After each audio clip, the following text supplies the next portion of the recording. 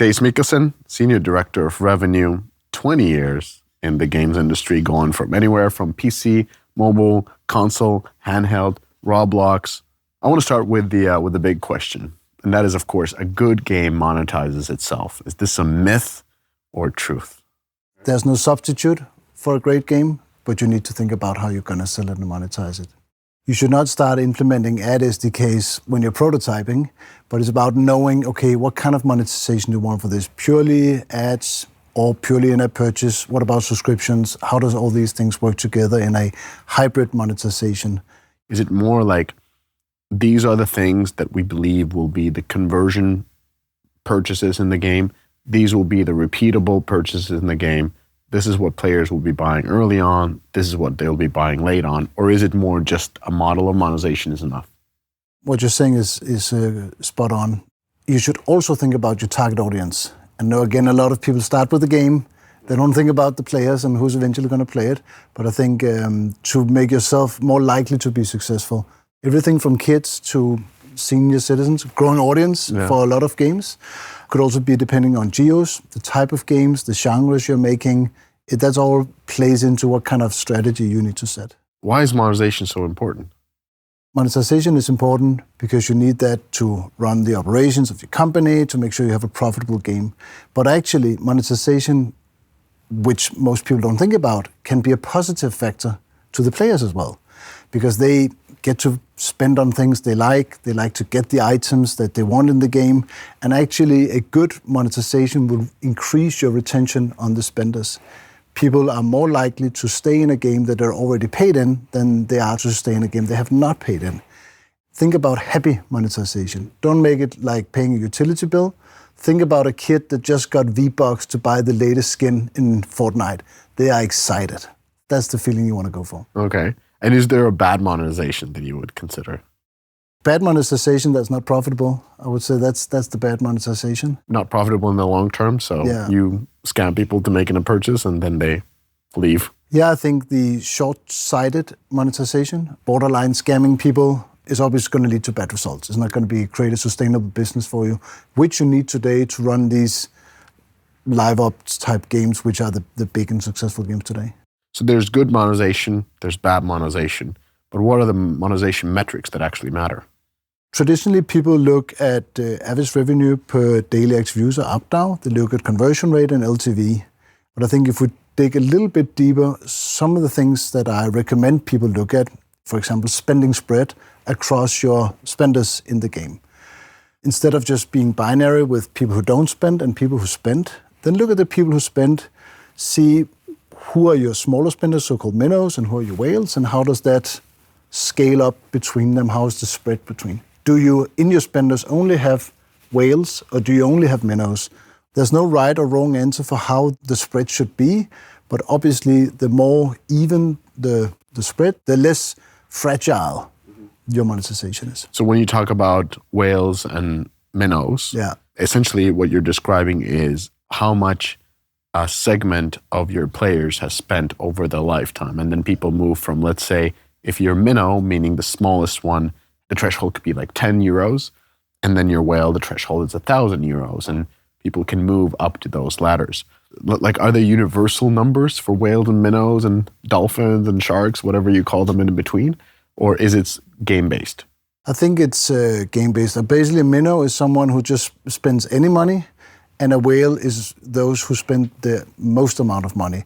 Depending on game, could be 50 or hundreds of euros on it. I think the most important is that the game should never have a cap of spending. So your whale should always be able to invest into the game. Why?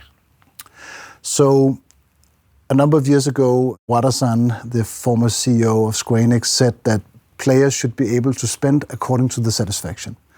If someone is happy with your game, why limit their spending?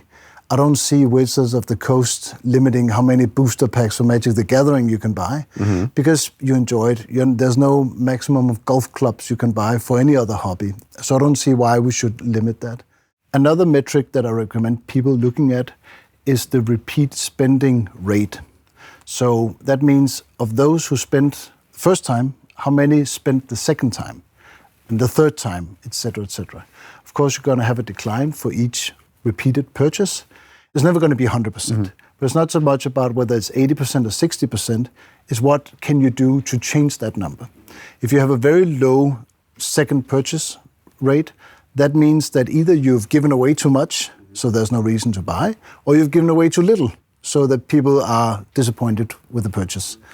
So you can't necessarily say that a low rate is because this or that. You have to go in and say, what is it? And then you change it and you can improve your continuous spending. Yeah. And I know sometimes people would say, wait a minute, no spending caps. Wait a minute, there's repeat purchases.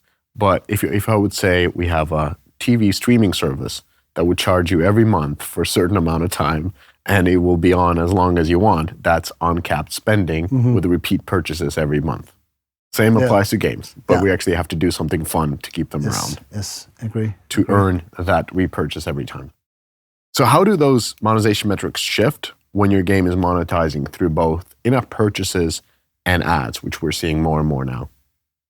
So when you're adding ads to a game that has in-app purchase or not, you are essentially increasing or raising the floor of your revenue, because now you are monetizing, instead of the 5% maybe on in-app purchase, you are monetizing 100% of your players. So your revenue floor will be raised.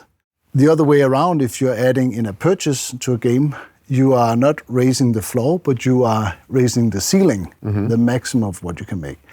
I think there should be no ceiling in the game, because you should be able to pay according to your satisfaction.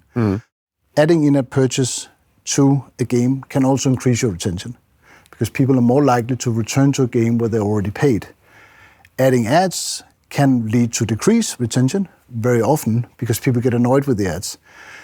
But there's a middle ground here, actually, we see where rewarded video ads can weirdly enough lead to higher retention, because people who normally can't or won't pay for the game watch ads and get access to some of the benefits that the paying players get, and actually now start enjoying the game more. And for some players, smaller group can lead to actually becoming paying players, because now they it's almost like a free trial of in-app purchase, a rewarded video ad. Yeah.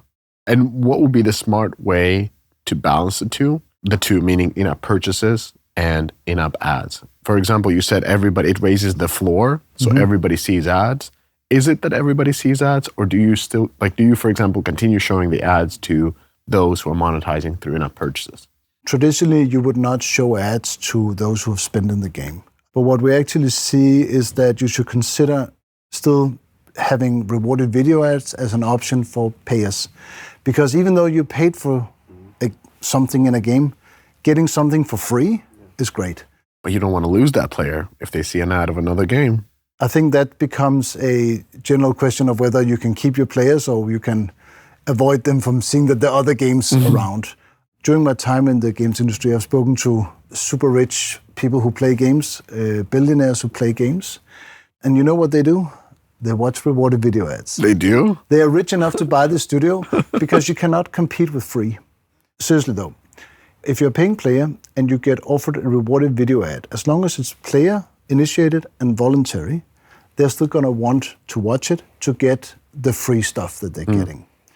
I've also seen games that got bad reviews because they're taking out rewarded video ads. Wow. So the developers are taking it out thinking it's going to improve it. But actually, people commented and saw the reviews on the App Store saying, you took away my free stuff. This was my way of getting coins. This was my way of getting whatever content.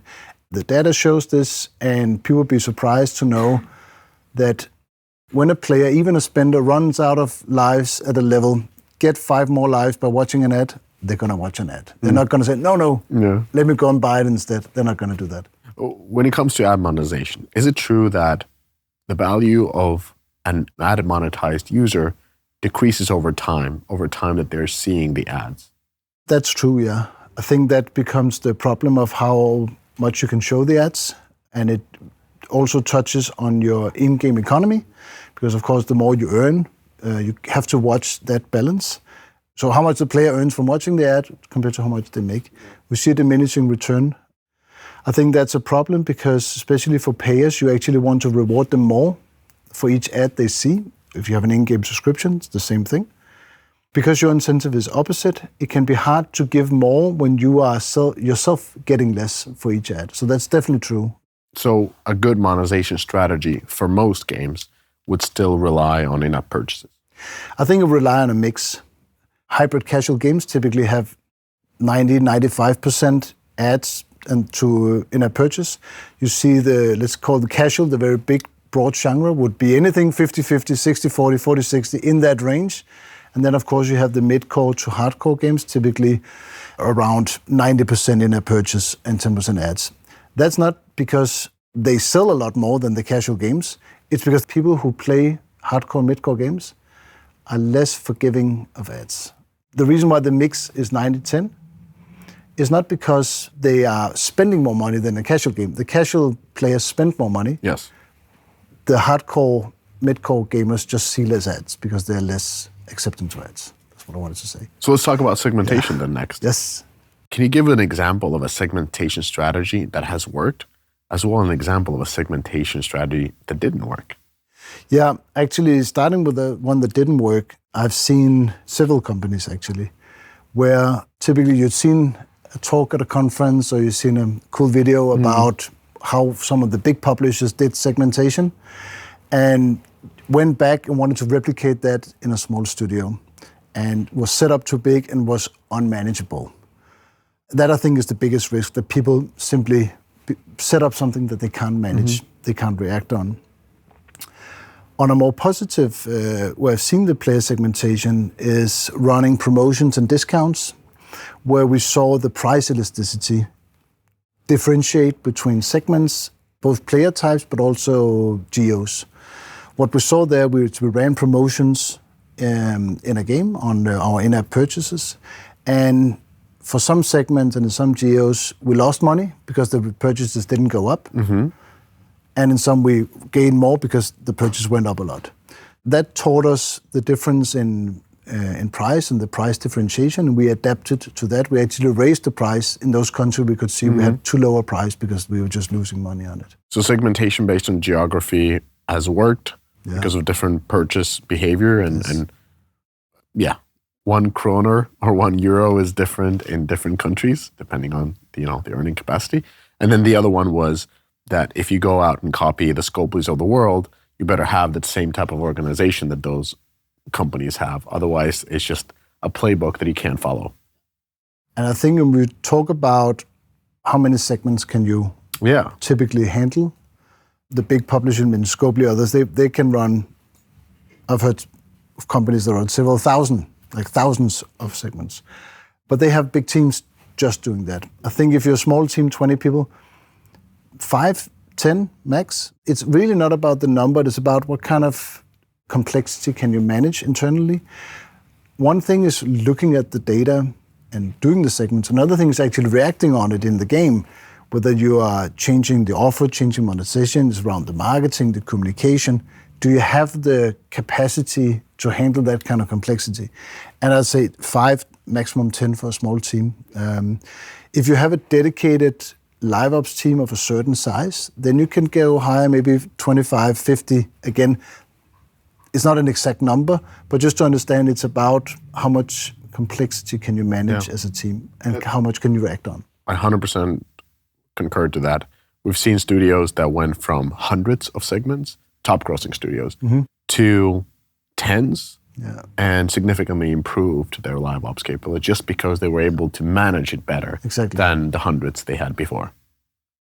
Let's talk about balance and long-term health. How do you reach monetization equilibrium, if that's even possible? Like a work-life balance, but for monetization.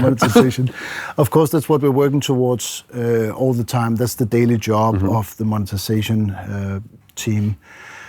I think where you can see that you've reached it is that when you start changing one thing and it impacts another thing. So that's where you see, okay, we've reached some sort of balance. An example of that is that you can add more ads and retention doesn't drop. Okay, then you've not reached the equilibrium because there's still room to change. Once the retention starts dropping to a point where you are now overall less profitable in your game, that's where you've reached the balance. It could also be about price points. If you're increasing the price points without hurting conversion. Again, you've not reached the equilibrium. As long as you can move one thing without changing another thing, that's an indicator of having not reached that equilibrium yet. And where you're searching for this equilibrium, do you need to kind of break it a little bit to understand that this is the point where it starts turning? Yeah, exactly. You need to go one step too far and then reel it back to see, okay, now we did that. And again, it's not about a final equilibrium. It's about constantly tuning and balancing as things change to optimize towards the equilibrium of monetization. Yeah. Well, talking about breaking the equilibrium and breaking the monetization, are there certain metrics that would basically ring a red alarm that you're breaking the monetization of your game? Retention dropping is a big one. I think retention is such a key metric. Some might say it's overused, but I think you can overuse retention. I think it's such a key number. I think the conversion rate as well is really important. If you see that dropping, then you've broken it. Again, you could see your conversion rate go up if you add more ads. So you might think, okay, that's great because people are paying to get rid of the ads, but you might be hurting your either longer term retention or your engagement overall in the game by doing this. There's other data points that we don't talk about, and that's the data point is the gut feeling of the team and what your community is saying. Yeah. How much those should discourage you or encourage you as you're making these decisions? It's always the challenge when you're working on a game for a long time. But I would say I would always go for the external comment first, because in the end of the day, we're making games for the players. I think in terms of community, communities tend to be made up of those that are most engaged. Loud. Yes. And also to some extent, in some cases, your biggest spenders as well. But I will say, don't think that all your biggest spenders are necessarily engaged in the community. It's looking at the data more than listening to individuals, but still talking to individuals, not to take that individual conversation and extrapolate it to everyone, but to have the deeper conversations. But I definitely think look at the large data sets and react on those. I think it's more than just the gut feeling of the team. Yeah. Another problem that we see often is thinking that those who spend a lot are typically also playing a lot. I think that's not necessarily true. Think about an unemployed person who has no money but can play all day, and then have someone who has a busy job who just plays on the weekends but doesn't mind spending $50, $60, $70 on a Saturday night playing this game. So their engagement will be super low when you look at the data, but their spending is going to be incredibly high. So let's not say that high engagement equals high monetization. Of course, when you look at your ad monetization, the more you play, the more you make on the ads, but it doesn't work for the whales necessarily. So essentially, if your product manager is saying, let's go for that mega bundle in the web shop, and if your back-end engineer is threatening to quit the company because you've gone greedy, if your forums are screaming that you have horns, those are only signals. In the end, the data in the platform is the one that's going to show you whether those signals are actually factual or outliers. Yeah. And in the end, people vote with their wallets. Yeah. So Teis, what do you think about sales? Are they a tool to change spending habits or a tool to increase the overall revenue? Both. I think they can be used to test out price points. I think they can definitely be used to generate more revenue. They can be misused if not thought of correctly. You have to think about the timing of the sale and the kind of promotion you're doing. Let's say you do a sale around Black Friday. That's typically based on huge discounts on items, for example. 10% discount Black Friday, not working. It's almost going to work against you. 2-for-1 offers typically don't work on Black Fridays because people are used to percentual discounts. But 2-for-1s could work around another seasonal holiday. I think that, again, you should do sales based on geos to fit with the regional holidays, like the ebbs and flows of vacations in that country. So I'm against doing global sales. I understand it's easier for communication and marketing to just do the campaign once. Yeah. And I think you also need to adapt your offers and your sales to the different segments that you're doing. Not everyone needs to get the same offer at the same time. I agree. Sales is easy to implement, but the results are questionable. It's very easy to get the sales in and then you will notice that the following days the sales are just lower, and on the longer term you're making equal amount of money whether you're running sales or not. I think I agree. I think you can often see that you're just moving around purchases. Yeah. But again, I think it goes back to the overlooked concept of price elasticity. How much can you actually discount an in-app purchase before you're making less revenue on it, or how much you're just moving around purchases? Thinking about what you're actually offering, what kind of packs that you are making the discounts on. Yes. I think it really makes or breaks. The idea of let's just do a across the board 20% sale and everything, I think that's bound to not generate the results it could have given. Or if you're running too many sales all the time, nobody's going to buy when there's no sales going on. You wouldn't go to a store that has sales every week, some kind of a sales, and buy when they're not having, because in a few days there will be another sale.